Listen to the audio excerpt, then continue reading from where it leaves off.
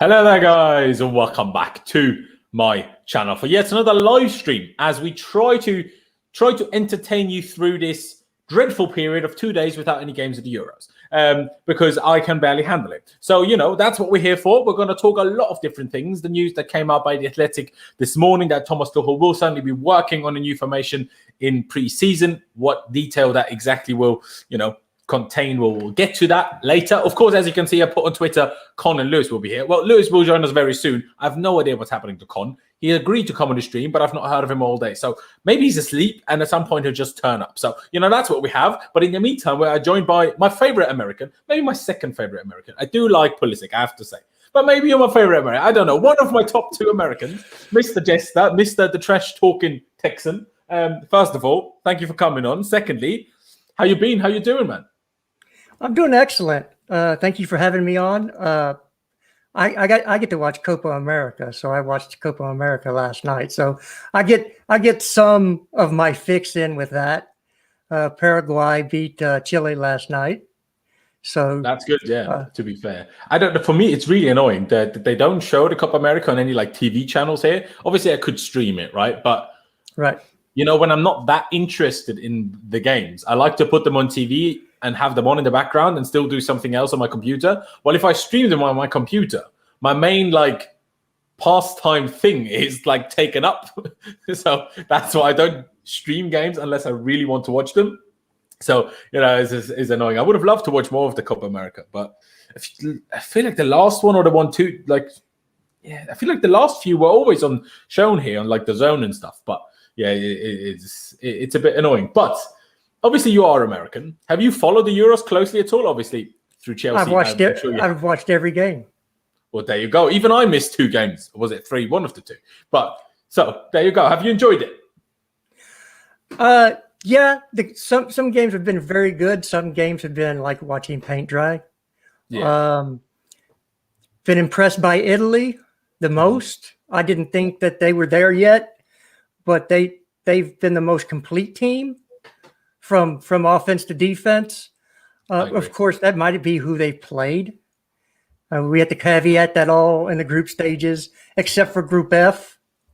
I think it was Group F. Group F was the group of death, yeah.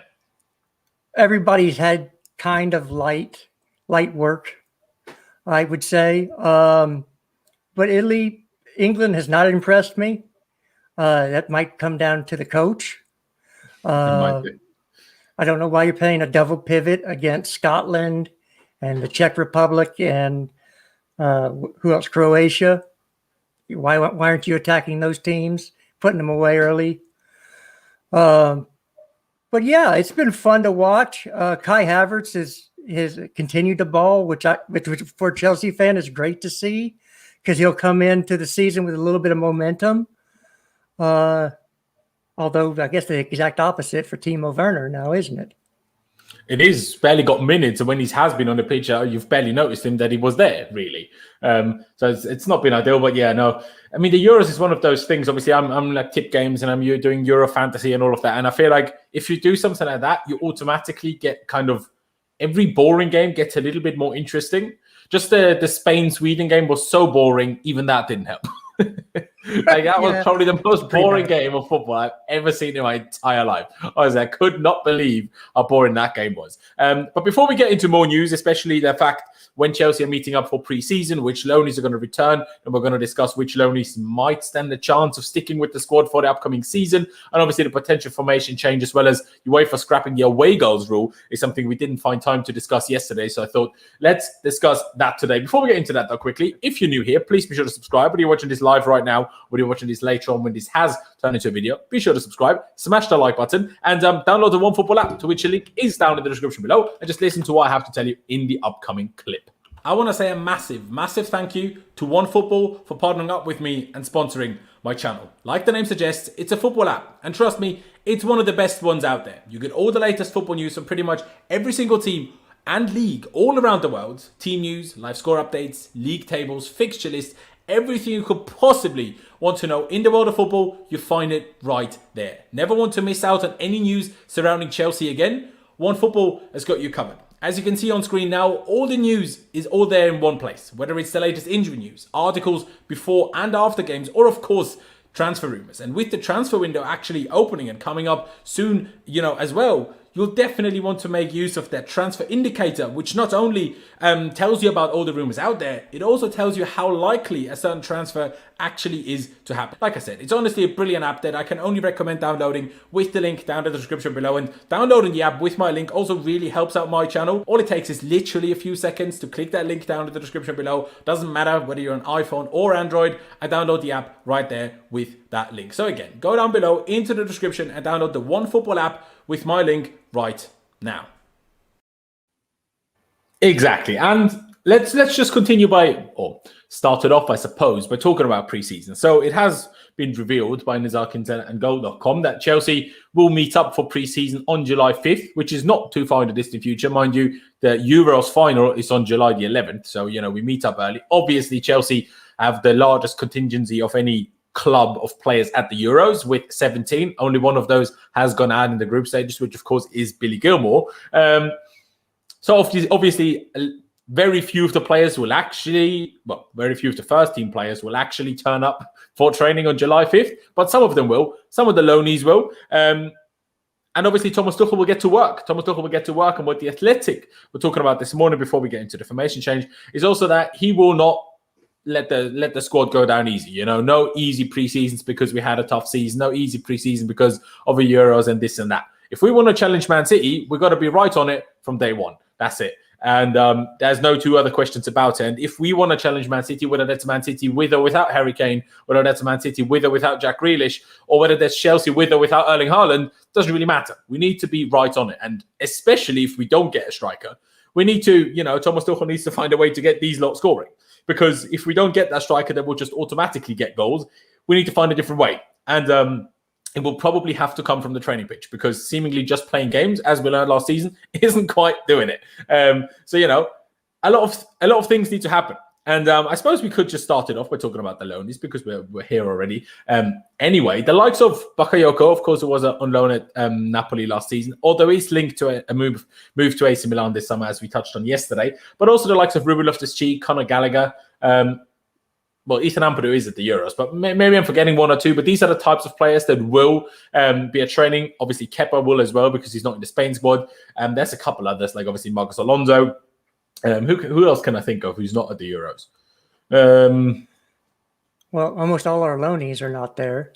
Obviously all of the loanees, but Gueye, yes, true. Obviously, Levy Colwell has already gone out to Huddersfield, so he won't, right, I don't think, be at training on July 5th.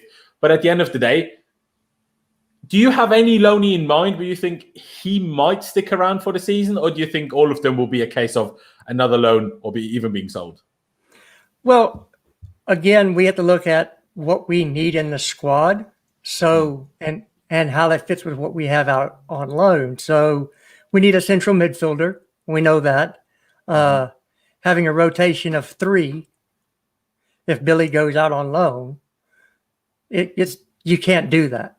No. Well, I mean, you throw Mount in there, but Mount, if you're going to stay with a back 5, Mount doesn't really fit in that double pivot. I agree. That's played. So you would look at, and I think that's why Bakayoko and Ruben are going to get a look, because they would fit that profile of player that you would want in there. They do give you something that we do not have right now, which is height in the midfield. Very true. We lack that. And it's something that needs to be addressed because it's a shortcoming that you just don't want to go into the season with when you have the option or the ability to address it.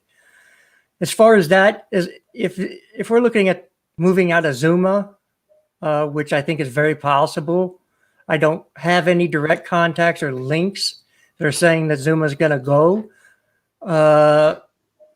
Then you would look at a Mark Gurhey or Gueye. I still don't know how to pronounce it. Neither do I. And I even hear loads of English people who all pronounce it differently, so I have no clue. Yeah, I have no clue either. So he would be a look because he would be a good center back. And I think he's, as of right now, our best center back in development He's the furthest along, and that is really the reason that we let Tomori go, because we have so many center backs that could be starting caliber in our system, and they're all a year or two away from possibly joining, the first team. That you can't have a logjam. You've got to move those ones along, and I think they thought Tomori's ceiling was a little bit lower. I guess you would have to keep Livramento around just in case you don't get a backup right wing back if we're going to stay in a back four. So you think in that scenario, you think Livramento will get serious, will be kind of at least a second backup option? You don't think it's going to be a case of, okay, Reece is the main right wing back, and then if we play a defensive team, every now and again we'll play Hudson-Odoi there, and if we play a very strong team, every now and again we'll play Aspie there? I don't think he wants to go in with an option like that. I think that he wants more out of that. If we stay with the wing backs, okay, because we're going to go into a possible formation change. If you stay with wing backs, then I don't think Callum's the answer for the team, both for him and for us. So if you want Callum to develop, his ceiling is not going to be at right wing back. No, 100% is. So he needs to be in the forward line if you want him to develop the way everybody here seems to want him or think he's going to be. But yeah, I don't think that's still going to be. I think that was a makeshift thing because we were almost using him as a right mid. Yeah. It wasn't a wing back, and if it was if you look at what the back five we played under Conte and the back five we played under Tuchel, they were not the same formation. It was more of a 3-4-3 than a 5-3-2 was what we were playing under Conte. So it's a different formation, even though you have three in the back. 100%. Like people always say, like, oh, our squad is just so suited to it, and it might be, but that's not necessarily just because we played a similar system under Conte. Like it's just not as simple as that. Under Conte, we were an incredibly direct team. It was just play to the striker, back to the wing back, and then a straight ball to one of the wingers who made a run. That was the whole concept of what we did. And obviously have five at the back, right? And obviously under Tuchel, we do things very differently. I agree with you that Livramento will definitely be one of the guys who will be looked at. But I think depending on how well he does in that period of being looked at, I think that will decide on whether he will be kind of that backup or whether we will, depending on if we don't sign someone like Adama Traore or nobody, then we'll just do another season with someone like Callum, or like you said, what we'll touch on, just change formation. Because maybe our centre backs are very well suited to playing in the three. Maybe our DMs are much better suited to having three behind them. That's true. But I think aside from that, our team is not better suited to playing a three, personally. But we'll get to that. Obviously, I've seen a couple of messages here in the chat. Ted has said City have signed Grealish. Well, they haven't. Obviously, it's come out this morning by loads of slightly dodgy news. The Daily Mail, The Sun, ESPN. It's done. And then the Athletic goes, well, it's not done. And then Fabrizio Romano says, well, it hasn't even been an offer. So, I don't understand these outlets. I'm like, what does this get you other than ruining your own barely existing credibility? Do you know what I mean? I don't get what they get from this. Unless they just have really bad sources. For a fact that if, the likes of Fabrizio Romano or the Athletic, if it's not true, we'll just shut you down in the next hour anyway. So all you do, of course, no publicity is bad publicity, but yes, it is. Yes, it absolutely is. Look at what the Sun have done over the last 20 years in England. Well, the media cares more about the clicks so they can get the money from the clicks than actually to be accurate. It's better to be first and be accurate second.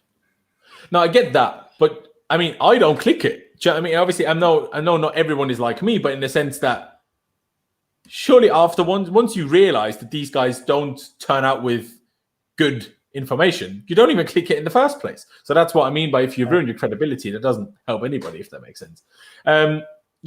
we have the comment here by Charlie saying, do you think we should keep Ruben and try and convert him to play a 6 or keep Billy instead of a loan?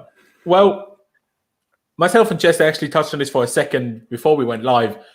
And obviously we touched on it yesterday on this channel as well. I do believe that Billy should go on loan. I think he desperately needs a loan. Though I think he can improve over the season just by learning from the likes of Jorginho and obviously being in training on a Tuchel. Of course he can. But I think he could develop quicker and into something better within the next 12 months if he goes out on loan, as long as it's the right loan. Of course, with a loan, there's always a certain amount of risk attached to that. Best example for that is Ethan Ampadu going to RB Leipzig and playing 8 games all season. That was the most pointless year of anything anyone's ever had, and it's part of the reason why Ethan Ampadu will probably never make it at Chelsea. If that was a good loan, he might have stood a chance. But because it was a really bad loan, other people overtook him in that time. And then obviously he went to Sheffield. Yeah, he played all the time, but they were so bad that hasn't exactly helped him either. So that's my only small fear I have if Billy does actually go to Norwich, that it just ends up a little bit like Ampadu at Sheffield.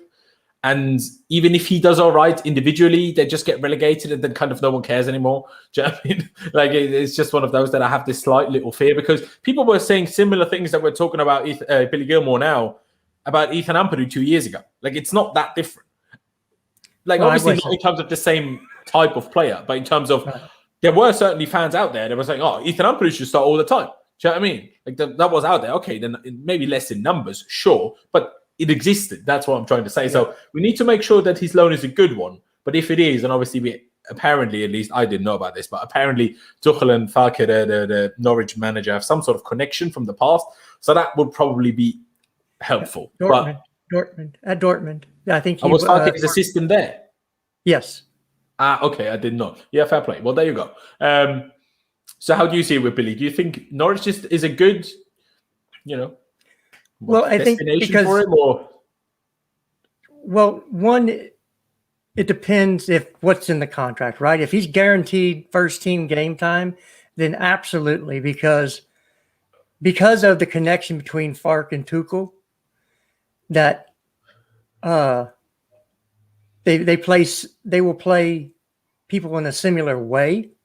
They have similar tactics. They have similar thoughts on, how they want their team to roll.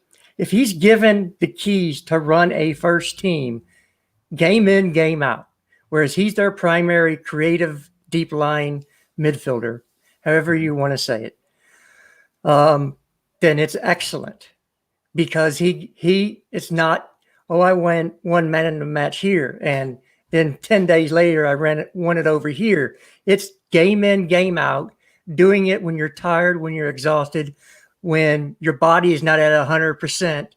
Those are things you cannot learn until you've experienced it, right? That's what's called being a professional. So if that is the case, I am all for the loan move, because he will come back a stronger, more mentally developed player than he would have getting a game here, a game there when he's at his peak. Because you don't want, fine, we've seen Gilmour at his best. Well, what's Gilmour at his worst? Right? True. What happens when he has a run of bad games and he has to find it within himself to pull himself out of that? That's when you really find out what the character of the player and what the player is going to be. Because their ceiling is not when they're at their best. Their ceiling is when they're at their worst. So if his worst, if he can figure out how to pull himself out of those things, when he's having a bad game, figure it out. When he's not on, when his body feels like crap, can he do those things that he can do when he's at his best? Then you have a player there. And that's something you don't figure out until you get game after game after game. And you put in 35, 36, 37 games. I think Norwich will be out of the FA Cup and the Carabao. I don't think it's the Carabao. Is it the Carabao Cup still, or did Papa John's take over? I don't know. Just call it the League Cup. The League Cup. We'll call it the League Cup. I think the FA Cup and the League Cup, they'll be out relatively quick. So you're talking about, can he do it in the Premier League, game in, game out? Because if he comes out on the other side and he's done that and he's excelled and improved, next summer we could see Jorginho leaving and go back to Italy, and he would come in as a direct replacement to Jorginho, as sort of the metronome of the side. And maybe he's a little bit better in his forward passing and his forward thinking. He's more offensively inclined. Yeah, I would agree. No, that's exactly what sorry, go on. No, I was just saying that's the best case scenario. Now, the worst case scenario goes to Norwich or wherever he goes, and he flops, and he has a run of bad games, and the coach sticks him on the bench, and he starts as many games as he would with us. So you have to balance those things, but I think the relationship is there between Tuchel and Fark, that they'll work something out to where, hey, if he gets the game time, we're all for it because that's what he needs. If he doesn't, then he's not going there. Yeah, it's simple as. No, that is very true. It's weird because there's a tendency with Chelsea loanees that if they go somewhere, once they at least start getting game time, they're usually fine. Mm-hmm. Because they rarely are not good enough that they then lose their spot again. Right. But the problem, for example, hello, Lewis. How you doing, pal? Yes, yeah, long time no see. What's going on? Yes, Jesters, my guy. What's everyone saying? Everyone smash the like button if you guys haven't done so already. All that shit, you already know. Big up, everyone. What are you man saying? Talking about Gilmour, about Billy a bit, but I'm sure you've spoken about it a lot, so I'm not even going to involve you in the conversation too much. It's just like you can see on screen. It's the question, basically. And yeah, I was just saying, like, with Ampadu, he's just never even got a chance at Leipzig. Obviously, that to some extent has to do with training as well. But I think once Billy gets a game at whichever level of Premier League club that alone would be feasible at, once he starts getting game time, I don't think he will drop out anymore. Personally, I would prefer a loan move to somewhere like Southampton just because they're a tad better and a tad more secure in terms of, the league position than obviously Norwich are. But at the end of the day, if he gets a lot of game time, like you said, Jester, I think it's a brilliant move. But would Ruben, and to get back to the question in the first place, would Ruben be the guy to be a 6? I don't think so. Ruben would almost need a loan where he plays a 6 before we can think about using him as a 6. But the guy's 25. We're past that now. 4 years ago, we could have considered we can turn Ruben into this. He's 25. We're not turning him into nothing different anymore now. He is what he is. He's you need to accept this. I know, and I love him more than anything, but we can't consider him 15 different positions anymore now. It's too late for that, in my opinion. So for me, and I'll ask both of you in a second, if we do send Billy out on loan and say we don't sign another midfielder, the loanee that is, in my opinion, most capable of probably filling that role, there are two. And I know I touched on him earlier, Jester, but if we want a more DM type player, Ampadu, just for necessity, or Conor Gallagher. I think Conor Gallagher is certainly much closer to playing a 6/8 than Ruben is, who is more of a 8/10/false 9/ inside 10 at Fulham for half the season and then still doesn't score. Well, Chalobah, see, for me, Trevor is just the worst of the Chalobah brothers, and even Nate didn't make it. So that's why I'm not sure. I mean, maybe I'm harsh here, but I really rated Nate, and I was really gutted when we sold him to Watford, and then obviously he did his knee in, and that was his Premier League career done. Well, he's back in the Prem now, I suppose. But let me go with you first, Lewis. Who is the one loanee that, say we, loan Billy out, but we don't sign a midfielder, whether it's Rice or Tchouaméni or whoever else? Who is the one midfielder that you think that was last season out on loan, could fill that void to make sure we at least have 4 midfielders going into next season? Right, so we looked at Billy Gilmour, there's Ethan Ampadu, there's Tuchel wants to give Bakayoko a chance, doesn't he? Oh yeah, Bakayoko is a shout as well, I suppose. Oh, God help us. Who else is there? Hey, bro, he was out there in Madrid back against Atletico when Batshuayi scored that late winner. Bakayoko was phenomenal that day. Yeah, he was. I can count on one hand the other phenomenal performances he's had for us in the Chelsea shirt, and that's been the whole problem. I already said, as soon as we gave the Bakayoko a chance, said he never gave the ball away. It's literally all he did for the next 4 months. And I'm not even shitting you guys. If Tuchel can get a tune out of him, fine. I mean, he has the profile of the type of DM that I want. It's just the football IQ where it's maybe not. But I can't even imagine a Bakayoko redemption arc in my eyes. But if it was to happen, Tuchel is a wizard. He's a magician. Give him a 10-year contract. Because, cool, we can get a tune out of anybody. In fact, sign me up because he'll probably turn me into a semi-decent player as well. If we aren't going for a DM, though, I think even for depth, Bakayoko would be all right depth. I won't slander him enough that say that he wouldn't even be good enough on the bench. Yeah, I agree, actually. I think the only negative, not negative, but the only counter argument with that Bakayoko is that he has genuine transfer value and the others have that less so. AC Milan want like what 10, 15 million for him, and we still want more. What is that? Is that all they're offering? Yeah, it's because like he's not important to us, and they know that. But we're still going to sit here and say 25 million or something. When apparently Grealish is worth 100 million, you're taking the Michael. Ain't Bakayoko got 1 year left on his contract as well? Well, that might play a part then. If that's the case, maybe so. Part the fact that he's like. His stocks at Chelsea have been on the floor for the last 4 years. We barely see him as a key player or even a squad player in our plans. Like, I'll be real, what right do we have to ask 25 million for Bakayoko? We've made our loss, firm the L, and just get rid of him and get rid of the 100k a week wages. But we're not going to do that anyway. Bro, so we even made profit on Papi Chiloboji. Sunderland. I have no explanation for it. And we still made profit. No, but we didn't spend 35 million on Chiloboji though. That's the thing. No, we spent that on Bakayoko. Yeah. Like Barkley, that's why I've said Barkley infuriates the life out of me. We only cost 15 million and we got 11 million out that back from the Villa loan deal. So I didn't even care too much. You can sell him for whatever fee you want. We've made profit. So it's fine. Except that I think it was 10 million in agent fees. So it kind of cost us 25. But I hear you. What?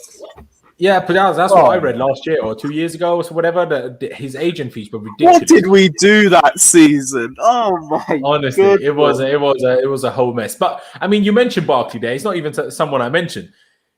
Again, definitely everything but a 6. But in terms of if we were to change to a 4-3-3 and need an 8, Barkley is a shout again. For 6, obviously not, but for an 8, he's a shout. I don't like Barkley. But I think he was just overused by both Lampard in his first season and especially Sarri. If he's just used less and it's just a squad player, I think that's all right. But he was just used. I'd agree with you. I'd agree with you at the start of Lampard's tenure. Like, is my thing echoing as well? 1 second. Yeah, it works all good, bro. Yeah, there we go. Yeah, Ross Barkley. First season under Lampard, I agree with you at the start. It was like Lampard would never even take him out of the squad.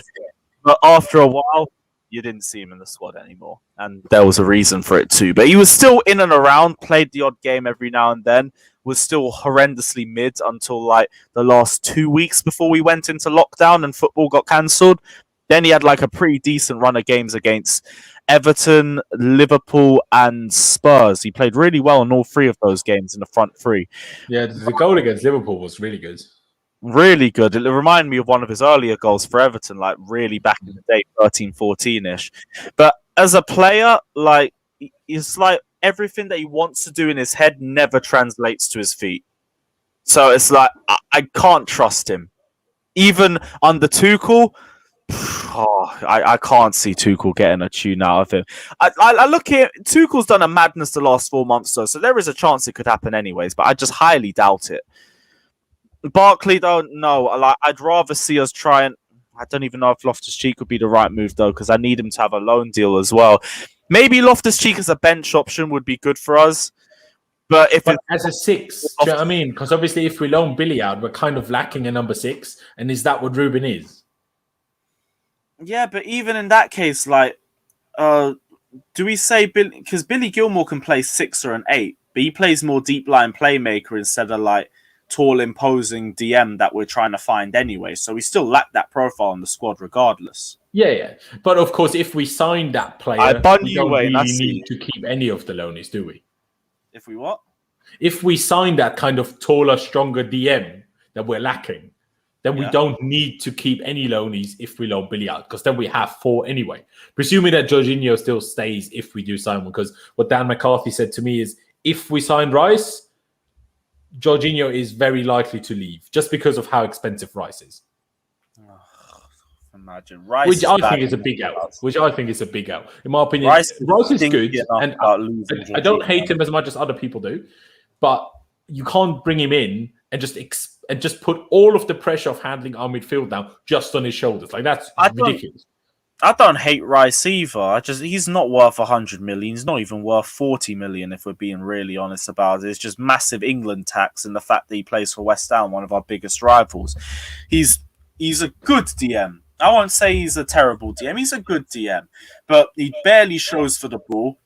Everything he's good at, Jorginho already does and does to a better level. So what am I spending 100 million for? When we're trying to go for Erling Haaland, like what are we doing? This is so pointless.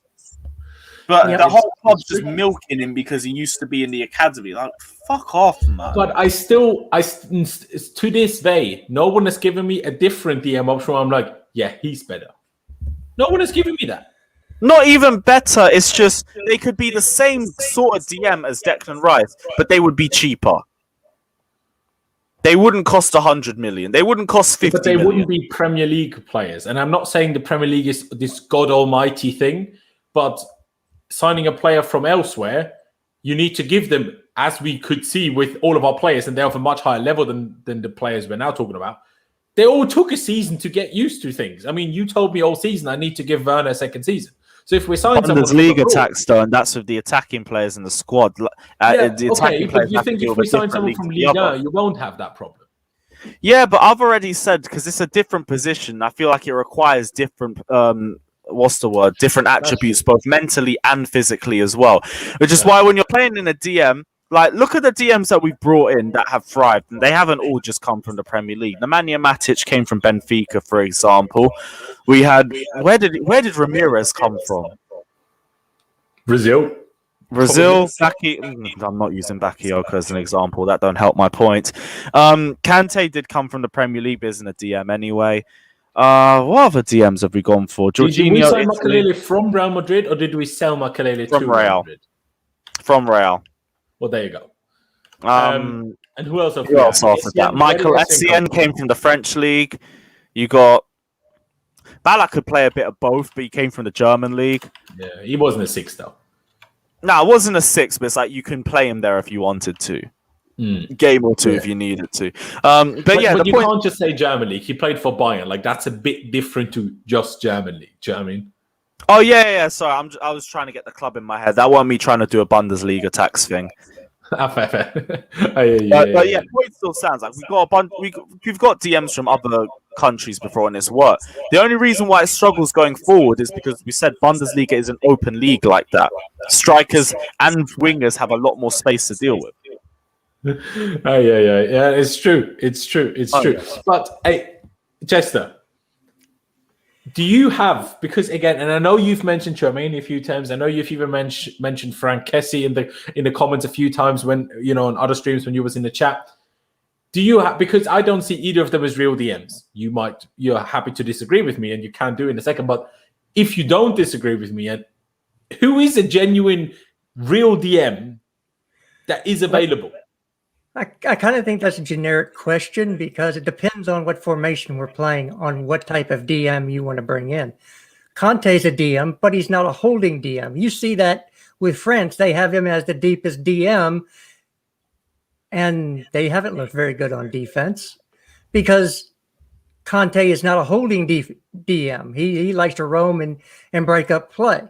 So if you're playing a back three, you want your DMs. You might have one that stays a little bit further back, but you want them to break up play, whether it's higher up the field or before it gets to the back three.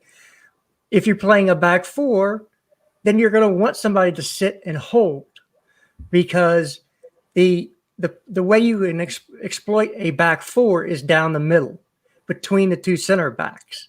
And if you have nothing there, then you can just run through there like a buckshot through a goose.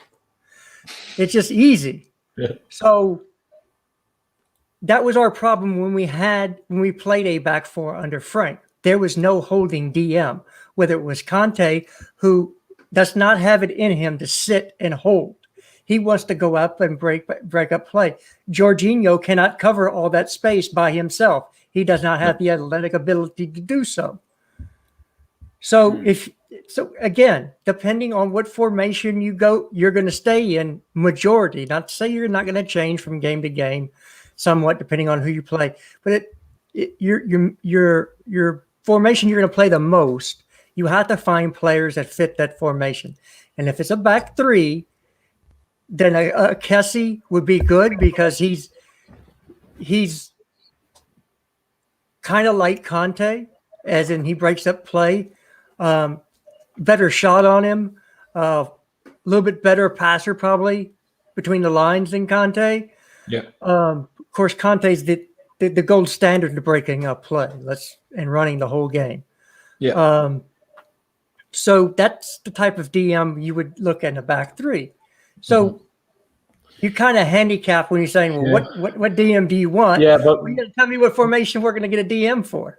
My argument with that would be that if we stick to the formation, I don't think we need a DM. I don't think we need to go sign one because I think for a back three, Kovacic, Kante, Jorginho is fine. And then whether it's Billy or whether it's one of the loanees that does a job, or then you can consider someone like Traore a young talent, right? But if we change to a back four and we need a starting DM, then but a starting DM, whether that's then a 4-2-3-1, but one of the two is a real DM, or whether it's a 4-3-3 and you have a sole DM, doesn't really matter. But you need a more proper DM if you play a back four. And I don't think Kessie or Tchouaméni or any of these guys is that. Well, I agree. Well, Tchouaméni can be. Of course, he's more of a... I want to challenge Man City next season, that's my problem. Right. And again, nobody we named, I don't think Rice at this moment starts over Jorginho.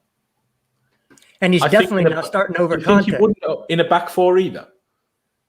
Well, that's if we go to a back four. But if you're going to keep Jorginho as a starter, you don't go to a back four. You stay in a back. I agree. I agree with you. Yeah. And is Jorginho, after winning the Champions League and doing what he's doing in the Euros, going to accept being a backup?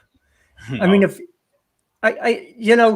so that's where I'm coming from is, okay, if you bring in a Rice, you're saying Jorginho is going to leave because it's going to be a back four, and you're going to play Rice as the holder, and you're going to play Mount on the left and Conte on the right. And that's going to be your starting three. So again, you have to let me know what formation we're going to play, who's leaving, so I can tell you what type of DM. Just Billy is leaving. Okay, so right now, I would say that to me, the one person you can bring in that's cheap, that is similar to Jorginho, is Weigl. I know you don't rate him but as a backup, he would do almost exactly what Jorginho does now. You seem to know a bit about Weigl, right? So I have a genuine question for you. How is he even a name that's mentioned? The guy wasn't good enough for Dortmund. Well, he worked with Tuchel, so Tuchel has the inside. Okay, but he plays for Benfica now, doesn't he? I believe so. That's correct. But look at his price tag and a backup. We're not talking about starter. We're talking about coming off the bench. And there's a different level to. You're not going to bring in somebody the same class as Jorginho, because then you're saying Jorginho go to the bench, or Jorginho you might need to not start. And his agents started talking about Italy. Yeah, you got to ignore him. He loves to waffle. But guys, if you have any ideas of potential DMs that you think are a good shout, put them in the chat. I think it would be interesting. Yeah, Locatelli is another one. Well, at least for Italy, plays as an 8. I'm not necessarily sure what position he plays for Sassuolo, but for Italy, he's certainly not a 6, and definitely not the type of 6 we're missing. But we have a super chat here with Percy Black, always appreciated, saying, you guys believe in Bundesliga tax. Well, Lewis does, even for Haaland, I think, a little bit. Enough to say give him one season to adapt. I keep saying, if you lot think he's hitting the same numbers in the Bundesliga that he would in the Premier League in his first season, I don't know what to tell you, man. Oh, no. But I think everyone can agree on that. It can't be quite that crazy. No, but for 150 million, I think people expect him to hit the ground running. That's been my only... Like, I've said to Haaland, past the first season, cool. Like, don't worry about Haaland. Like, he will adapt to the Premier League. It's just, but I don't think problem people are is- going to wait. Go on. So Let me tell you something here. I think we have odd expectations at Chelsea Football Club. Diego Costa, we regard him as one of the greatest striker that has ever played for us. He's never scored more than 20 goals a season for Chelsea. Right? He did that twice, mind you, but still, never more than that.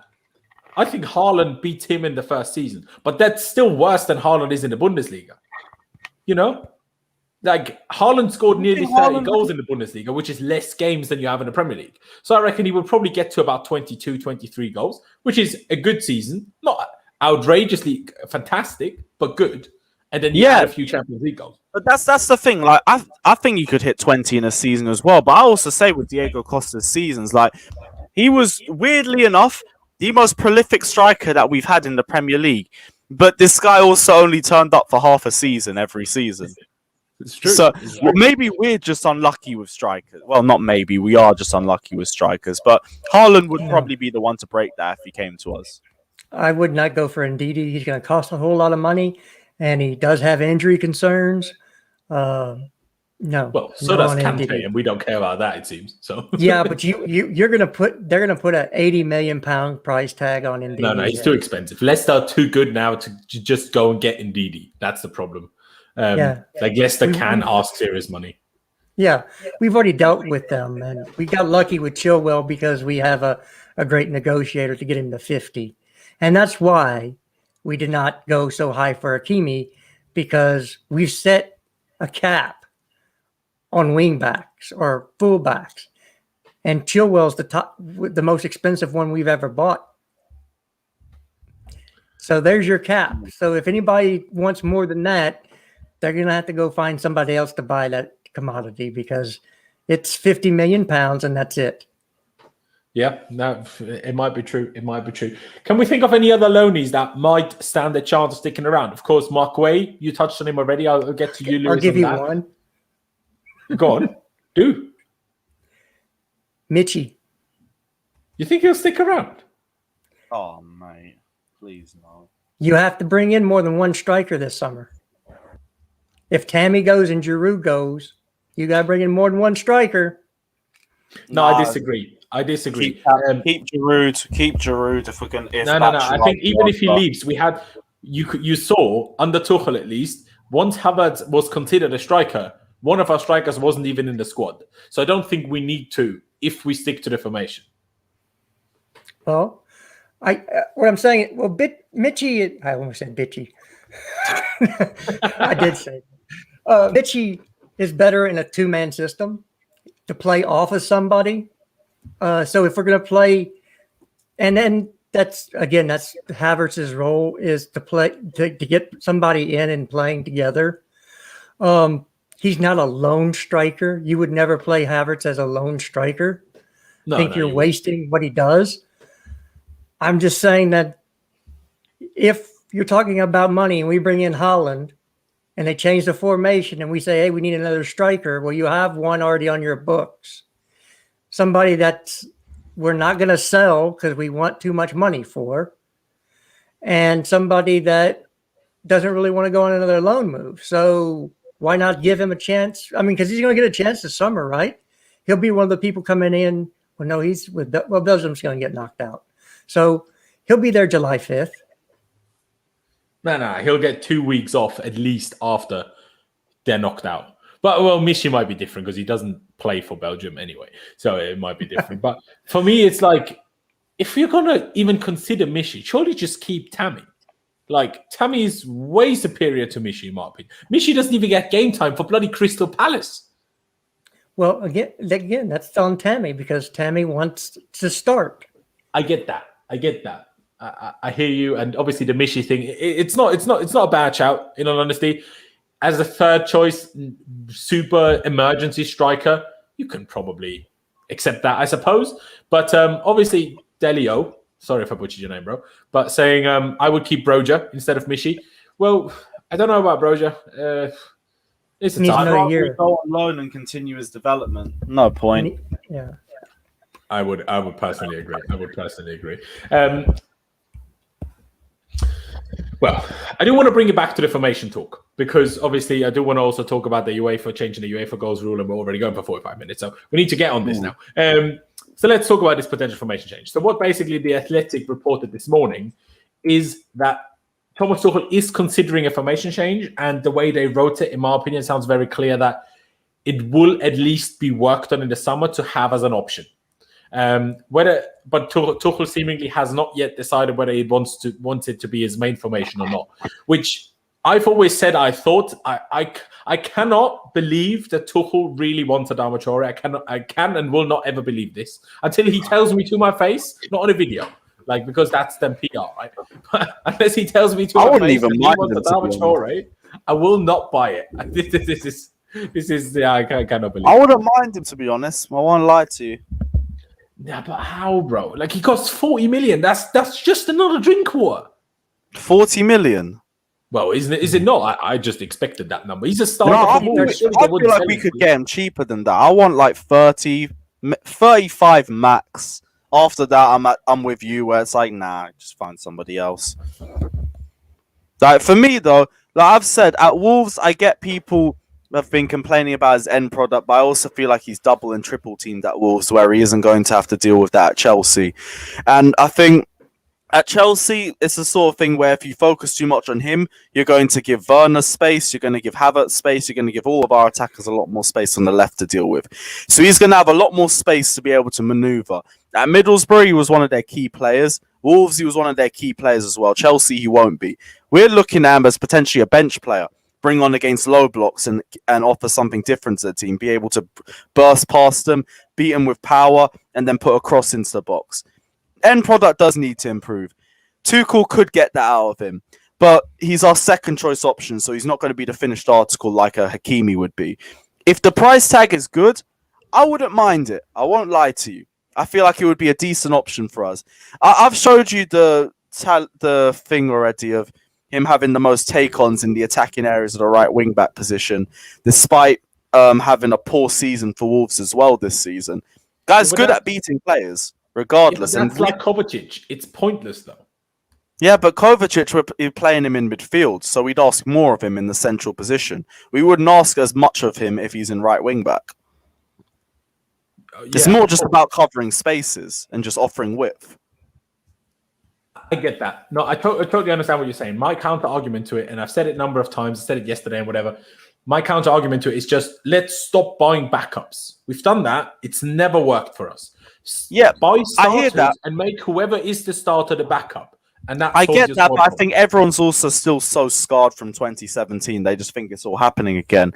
That's not really the case. With 2017, we had a squad that won the league with barely any depth because we had no Champions League football, and we could just keep the same lineup going week in and week out, and we could live with that and be fine.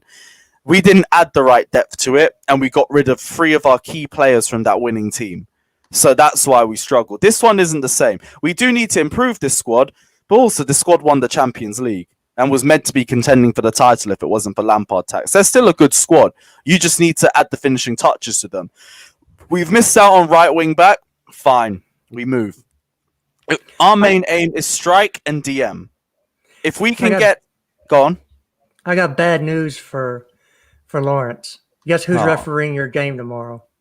Oh no, Michael Oliver, isn't it? Anthony Taylor.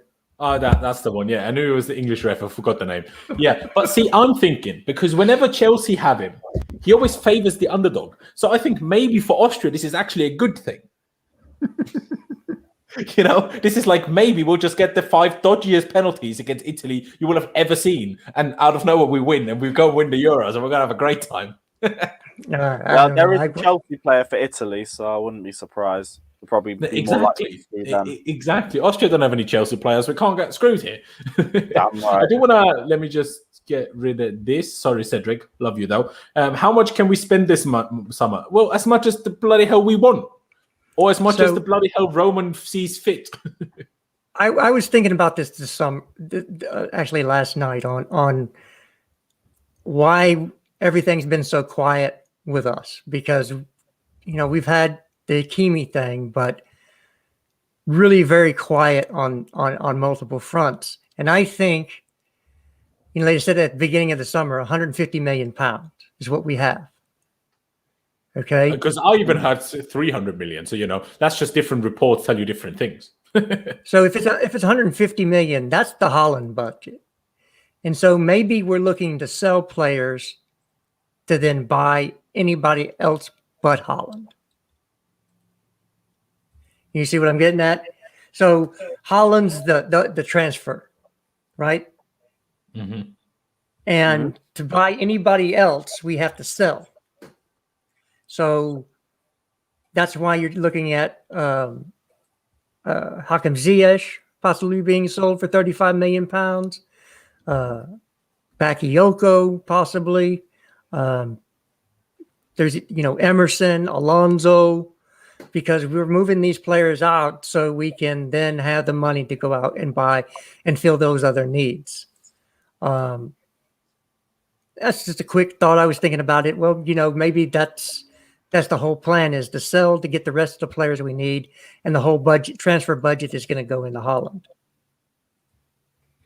Yeah, no, it might be. It might be that case, and in the end, we'll just have to wait and see who turns up and who doesn't, I guess. But what I do want to discuss now, and I'll get it up on screen now, basically a potential formation change for next season. And thank God Johnny isn't here, because I don't know where to put Mount if we change to a back four. I can't lie. Yeah, it's a bit sticky. I can't lie. The more I just realised it. Yeah, he probably wouldn't get in. I mean, he probably would, but whether we would, let's be honest, he'd probably play here. I put this up as a 4-2-3-1 now. We tried it and not doing. He really doesn't have the pace off the wing. It's just a number, but like Jester always tells me in the chat, this is probably what we'd end up playing rather than a 4-2-3-1, and then you can put Mount here. It's fine. Yep. But I feel like this hampers all of our actual wingers. I don't think either Pulisic or Hudson-Odoi or whoever is great in this role now. That's kind of my problem. That's where Tuchel played him at Dortmund, was on the right. Yeah, but not in a 4-2-2-2. Well, no, with I'm trying to think what they played back then. It's been a couple of days since that happened. It was a front four attacking. There was an attacking four.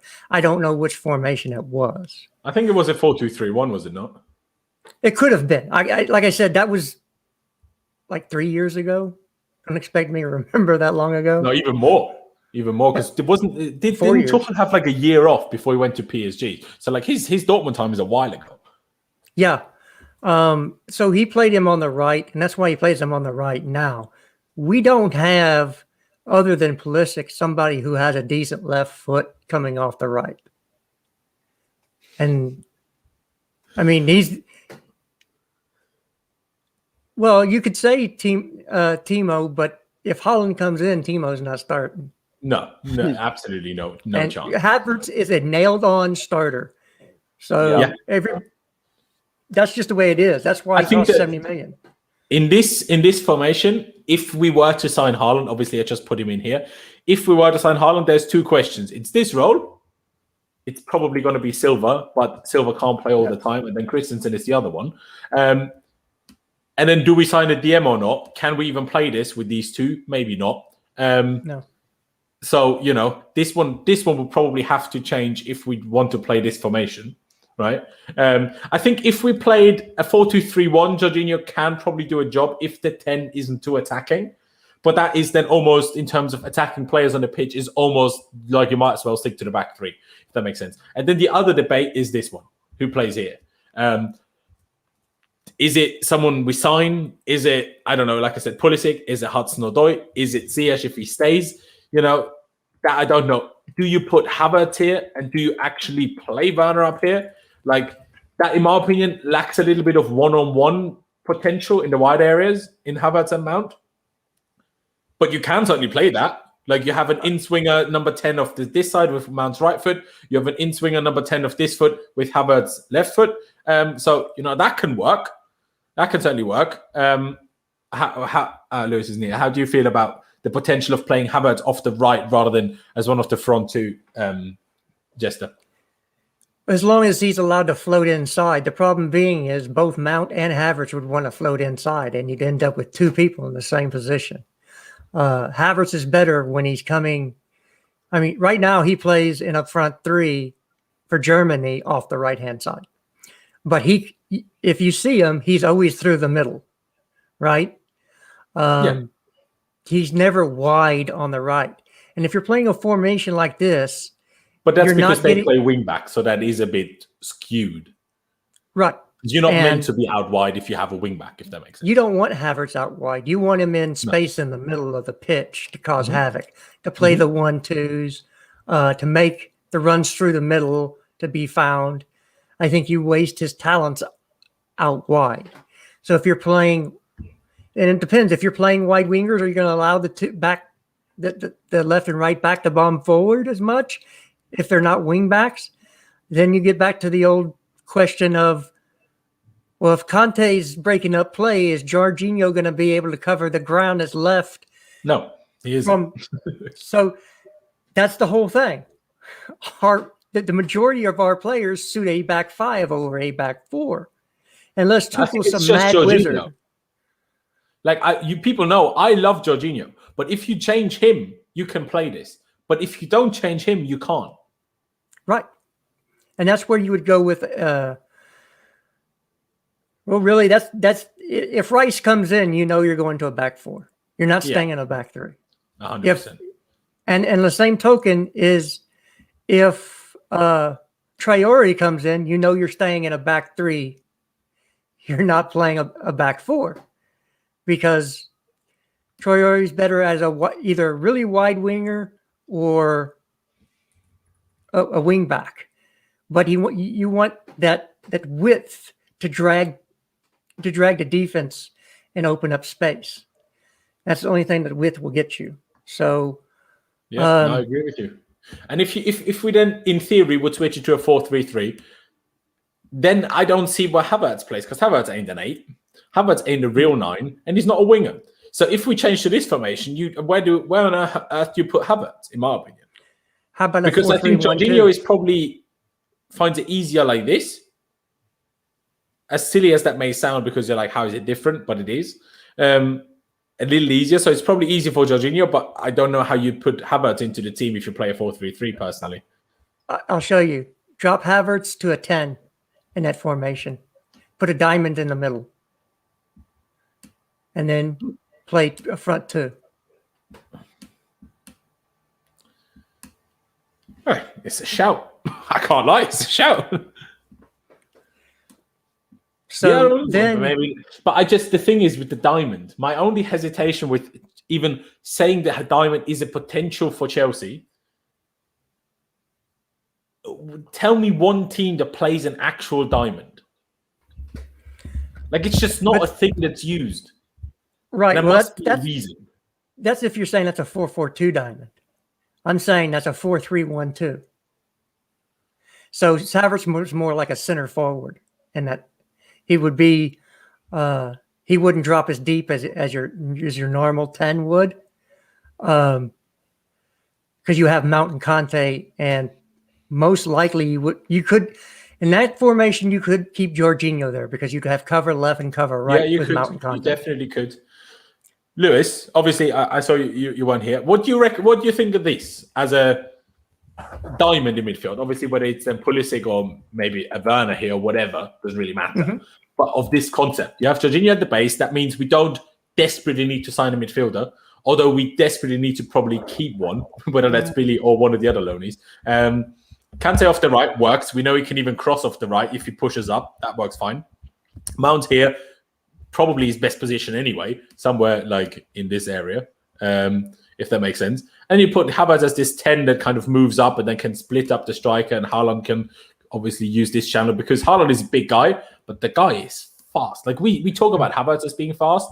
Haaland is real fast. Haaland was clocked as the third fastest player in the Bundesliga this season, behind Alphonso Davies, this other guy I forgot about, and then Haaland. So, the guy is fast. Obviously not crazy stupid in the first 5 to 10 yards like a Hazard or like a Alphonso Davies or, I don't know, Leroy Sané maybe. But in terms of full-out sprint speed, which is a bit of a problem in the Premier League, how often will he get to use that? But in theory, he can use that. But what would you make of that potential formation, Lou?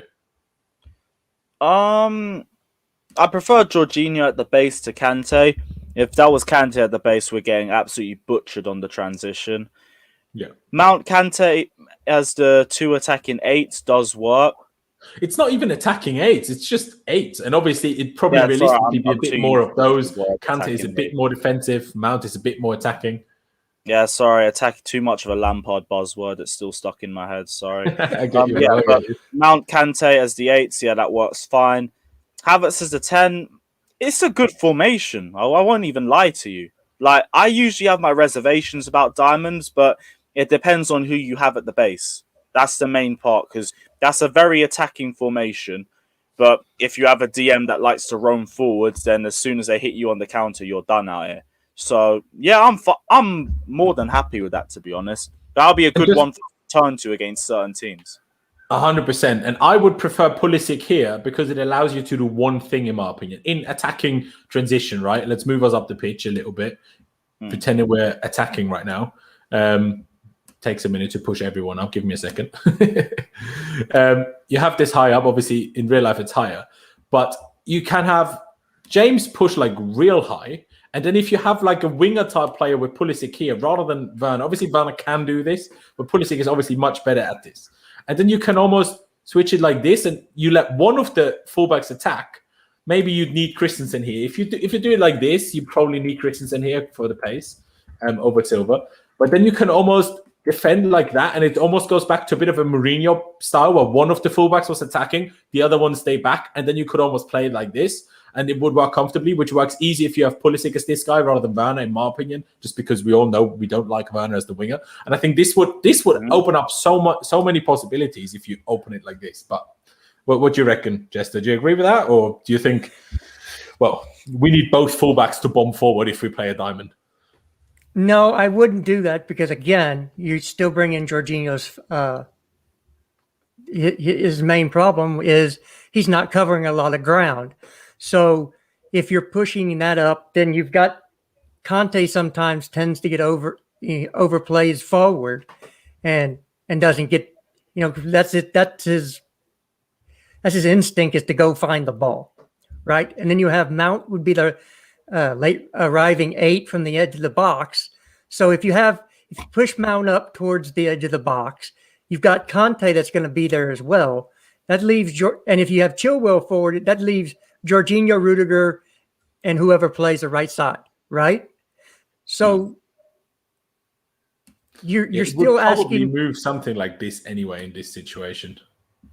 Actually, if you're being told right, to but protect a bit more. You're still asking Kante not to follow his instincts and go get the ball. I do agree with that, but don't you think he would automatically? Well, no, getting the ball, sure, but this is like us in possession, moving up the pitch, right? I think if we, I think part of Kante's problem in the current system, not problem is maybe the wrong word, but why he's so offensive at times is because we have an attacker less. So if we have an extra attacker in front of him, I think he finds it easier to just release the ball quicker and not moving quite as high up the pitch. Absolutely, it could be a possibility. And to me, that works. You could even at that point pull Chilwell up even more if you're going to have Kante that's going to sit back even more. Yeah. You'd probably push him somewhere like here. And then you'd push Rudiger out more to the you'd push Rudiger out more to the left, and Jorginho would fall in toward the center there. And that's kind of how you would attack in. And then Kante would just be the Hoover and just mop up. Yeah, no, it's true. It's true. Hey, it looks good to me. It almost looks like a 3-3-4.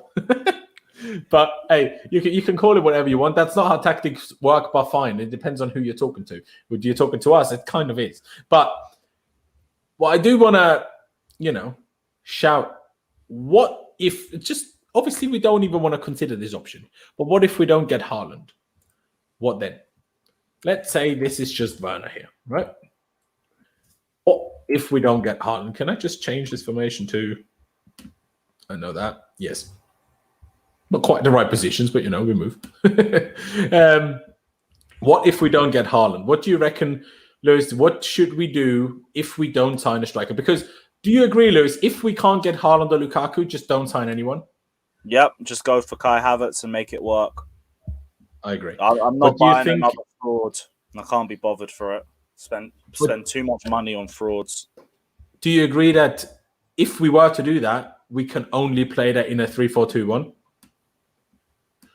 Probably, yeah. It's sticky. You could play a false 9 with Havertz. Yeah, that would be the main aim for me. It's not Werner up front. It's we play Havertz up front and Werner can play off him. He can have another season. I'm not done changing it around yet. I will get that. I mean, but then obviously, I guess you put in Aspie there. You probably have to. I mean, he played well at the Euros, mind you. I mean, I'm still not the biggest fan of Reece James, the right wing back, personally. But each to their own. This is taking me longer to switch this around than you would think. Almost there, guys. Almost there. Then I don't know. You take him off for Pulisic, probably. Well, you don't want to play Werner off the right. No. Obviously, I would have switched it around then, but we know Mount is also a tad better off the left, I reckon. Yeah, I mean, that's the formation we play now. Or yeah, exactly. And I think if we don't sign a striker, I think that's what we're going to have to stick with. Even then, I think we should stick to this. Right, because it gives you more control over the ball, and it's more possession-based. And again, Havertz is the key to that whole thing because his play through the middle is, if it stayed at the level it is now, I wouldn't say you don't need a prolific striker because him in the box, he's pretty good when he's on his game at putting the ball away. I agree. I mean, I would still worry if I see this. Would we seriously challenge City? I would doubt it. I think we'd much more comfortably make top 4 than we did this season.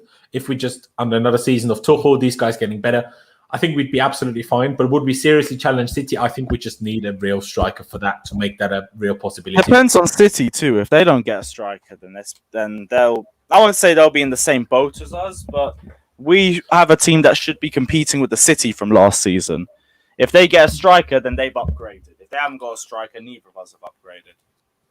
Yeah, I don't see them bringing a striker in either because I don't think Kane's going anywhere because unless he puts a transfer request in, actually not a hey behind the scenes I want to go. I'm talking about an official transfer request. I don't think there's any way that Daniel Levy let him go. But we don't need to talk about a team that didn't even have a manager. That's very true. That's very, very true. But guys, let's get to the last topic of today's conversation because this is an endless conversation that we'll only ever really decide and know once we know who we sign. Because obviously the formation is totally dependent on who we sign. Do we sign a DM? Likely to play back 4. If we sign a wing back, likely to play a back 3. Do we play Haaland? Opens up more possibilities because you're not forced into having 2 players very close to Kai because he's not a real striker. So, it opens up a certain amount of possibilities, but let's get into the conversation that is also in the title. The fact that the UEFA have scrapped the away goals rule in, UEFA Cup competitions. Obviously, Champions League, the UEFA, the Europa League, and also the Conference League. Have fun, Tottenham. But how do we feel about that? Let me go with you first, Lewis. Do you have any sort of big feelings on the away goals rule being scrapped? I mean, it's just another twist that other clubs are going to have to work with. It's worse for the smaller clubs, I'd say, because away goals are like a way that they might be able to sneak a win against the top teams in the Champions League, and that's gone now. So it's something that helps the bigger teams. But in terms of competition, it doesn't really make it any less fair or anything like that. So it's just something you got to adapt to, get used to. That is certainly one thing. By the way, ladies and gentlemen, we still have nearly 200 people watching. Make sure you smash the like button. I need at least 100 likes. So go down below, smash the like button, subscribe if you haven't already. And if you should have probably mentioned it while we were talking about formations and stuff, but if you have any other ideas that you want to mention here, please throw them out there. Because, we're going to go for a little bit longer, but not much longer. Lewis also needs to dip soon anyway. So, use the super chat function if you want to support the channel and any other.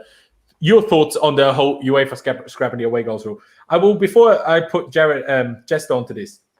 Jared is your real name, isn't it? It is. You can use it. I don't care. Yeah, no, I know. I was just like, wait, where's Jared come from now in my brain? Yeah, Anyway. that's my real name. Yeah, no, I know. I remember now. Anyway, I actually like the fact that the away goals rule has been scrapped. I think it's an extremely outdated rule that should never have been in football for as long as it has. The reason why it was introduced is because back in the day they didn't have first and second leg. They had a one game, and you were either lucky to have the home draw or you were unlucky to have the away draw. It's almost like in the FA Cup, where if it was a draw, you'd then have a replay game in the other venue. But then once they did first and second leg, they started, because back in the day, clubs took the coach all over Europe. Madrid to Rome, two-day bus trip, coach trip, they still took the coach at times. Obviously then, being the away team is a serious disadvantage, not just because of atmosphere, but because you were on a bus for 2 days. Obviously, you've got to be absolutely effed you physically, right? So that's when it makes total sense to have an advantage of it being worth more scoring away from home. Right now, you play 90 minutes at one stadium, 90 minutes at the other stadium. Surely at the end of those 180 minutes, there shouldn't be more to either, because both had 90 minutes in their home stadium. All right, it is what it is. But what I do firmly believe, now that they have scrapped the away goals rule, they need to scrap extra time in Europe. Because I think adding extra time without away goals rule is unfair. I think you then need to go straight to pens after 180 minutes, because I think for penalties, home fans, away fans is kind of irrelevant. But I think if you add another 30 minutes in one of the stadiums, then it's unfair to the team that was only home for 90 minutes. Do you know what I mean? That's my only concern with it. If you scrap away goals, you need to scrap extra time, in my opinion. How do you see it, Jester, Jared, whatever? Yeah, I think that's not the biggest issue with why they've done this. We're going to end up with Champions League games being played in neutral venues at some point. And so let me put this to you. Did you know, and this is by reporting via ESPN, that with Manchester United, the women's team sold more kits than the men's team? What? Last year, the women's team sold more kits than the men's team. Mad. They got the United. Do you know why that is? No. They had American women playing. So what they're going to look at is putting out a bid for places to host Champions League football, because UEFA is all about the dollars. So there would be no home and away, because it's going to be a neutral venue anyway at some point. That's the next thing is coming in. Just like the first Super it will League. just be the final. The final will be in America. Yep. That will be the first thing. I think it will take another maybe 10 years for the earlier fixtures to be played elsewhere, because I think your clubs don't like it, obviously, and fans don't like it. When you get out to the knockout stages, the group game stages might stay in the home and away, but once you get to the last 16, the quarters, the semis, the finals, I think that'll all go up for bid, because that's more money in UEFA's pockets.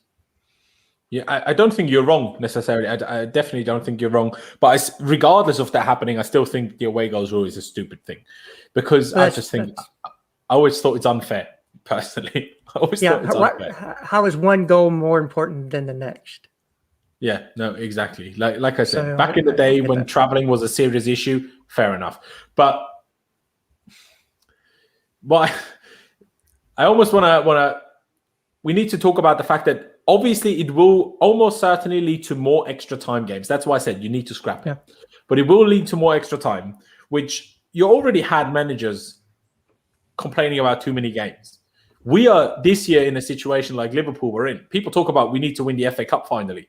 We're not even going to make it past Christmas in the FA Cup, because we're probably going to play on the same weekend as we're playing in the Club World Cup again, like Liverpool, and have to play 16-year-olds.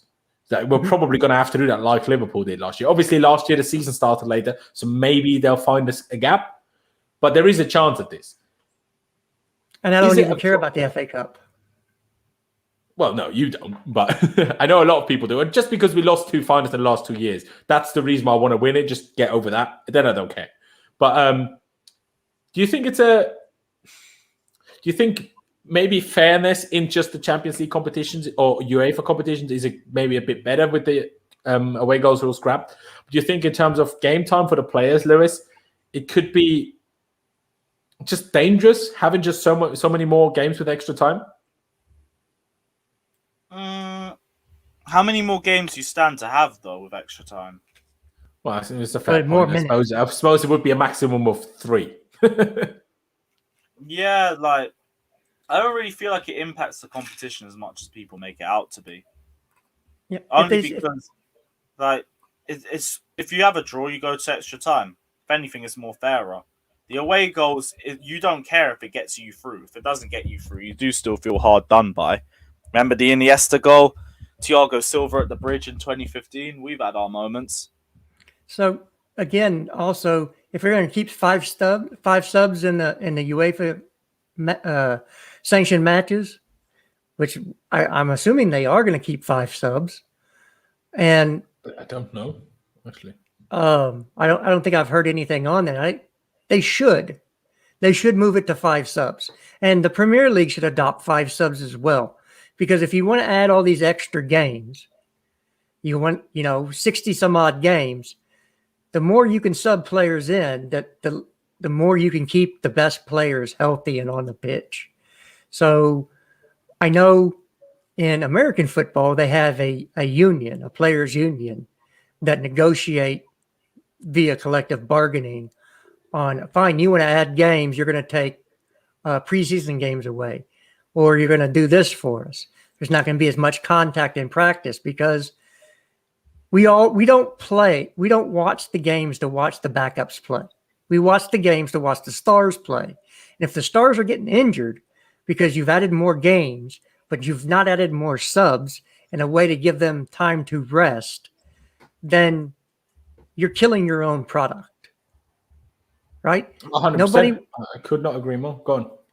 Nobody wants to watch Michy Batshuayi play for Chelsea if we have Haaland, because Haaland got injured because they were playing so many games and he had, we started him every game because, he's Haaland.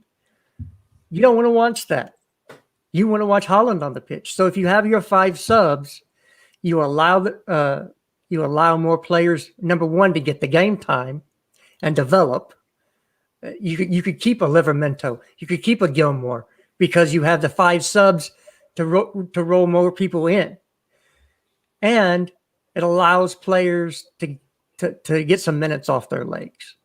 So that is true. They definitely need to introduce 5 subs, whether we have the global situation or not. I think with this many games, the problem is, let's be honest, Jester, the problem is only the top clubs play a lot of games. If you're West Brom, no, okay, they got relegated. If you're Norwich, you won't play a lot of games. You're going to be out of the FA Cup fairly early. You're going to be out of the League Cup fairly early. So then you have like 40 games a season. That's absolutely fine. But Chelsea play 60. That's why I think the Premier League haven't done it, because they were hoping that it might bring the league closer together, but that didn't quite work. Just as a very last thing, I know you need to head off, Lewis.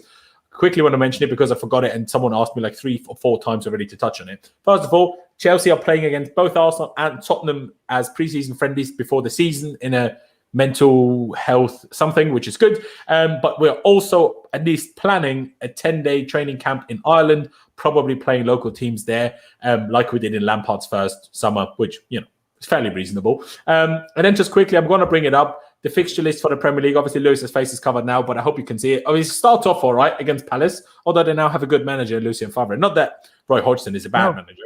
Just a bad. No, he's not going. Oh, is he not? Nope. He did a U-turn. He's not going to Crystal Palace. All right, maybe we'll be Lampard eventually. Who knows? But why is it so many clubs have no managers? Ridiculous. Anyway, but then we have a tough run. Arsenal, Liverpool, especially if Aston Villa keep Grealish, a tough game, Aston Villa. I mean, we just lost to them on the last match day of the last season. Tottenham, Man City, and then, then it's, eases a little bit. Southampton, Brentford and Norwich. But the first 6 games are tough, especially the second to the 6th game are really, really difficult. And then obviously we have the similar thing going in January when we play Liverpool, Man City, Tottenham, then we have Brighton, but then Arsenal, Palace, Leicester. Like it's tough. It's tough. But the only negative is that we might not have our signings done by the time we play a lot of these teams at the start of the season.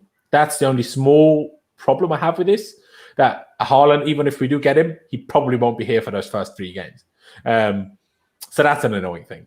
But aside from that, we do better against big teams anyway. So starting this season against the big teams, pick up all the points, we get all the hype, and then you just get into this flow. You know, you don't start off with stupid losses. You get good result after good result, and then you get into a rhythm. And then, you know, maybe we can pull off what we did on the Conte, where a couple of good wins, and then out of nowhere you go on a run, and you win 13, 14, 15 games in a row, and then you're already up there and certainly challenging for the league. That's kind of my hope. But Lewis, as a last word, because I know you need to head off, do you have any particular thoughts about the fixture list, or is it just like, hey, you're going to have to play everybody at some point anyway? Basically that, except just, just get through the first 8 games. I'm not as worried about as people make out to be. It is a mad first 8 games, but if they're all a bunch of wins, who's complaining? Who really is? Because it definitely won't be me. But yeah, I'm looking forward to it, man. I'm excited. I will tell you, I touched on this, what if Haaland isn't here? I will tell you one good thing about all of this. At the start of the season, you don't have midweek games. So between Arsenal and Liverpool, we have a week. Between Liverpool and Villa, we have a week. No, actually we don't, because there's an international break there, and then you start there. But at least between Palace and Arsenal and Liverpool, we always have a week's time. Obviously, before Palace, we played the Super Cup. But at least between those first 3, you have a week's time, which we won't have later in the season. You know how whenever the Champions League fixtures, whether it was for the quarters or the semis, it always came out, yeah, it's after we play Liverpool, after we play Man City, and it's just, it makes the league games tough if you have a difficult Champions League game. Obviously, group stages might be different, but it's still something to look at. But like Lewis said, don't deep it. Trust Tommy T, and we'll be all right. I think we're going to wrap it up here, ladies and gentlemen. Of course, check out Lewis's shameless stream in about 20 minutes, of course, on his channel. The link is down in the description. And subscribe to him while you're there. Of course, massive thank you to Jared, to Jester, for joining me. Check out his stuff on Twitter, and obviously the podcast he's involved in and stuff. Check out all of that good stuff. But ladies and gentlemen, thank you guys for watching. Like I said a couple of times already, be sure to subscribe if you haven't already. That'd be can't talk. Absolutely brilliant. Smash the like button if you haven't already, and subscribe. Said that already, but I'll say it again. But also download the OneFootball app if you haven't already. Link is down in the description. But yeah, thank you guys for watching. Up the Chelsea. Come on, Austria against Italy tomorrow, and I'll see you next time.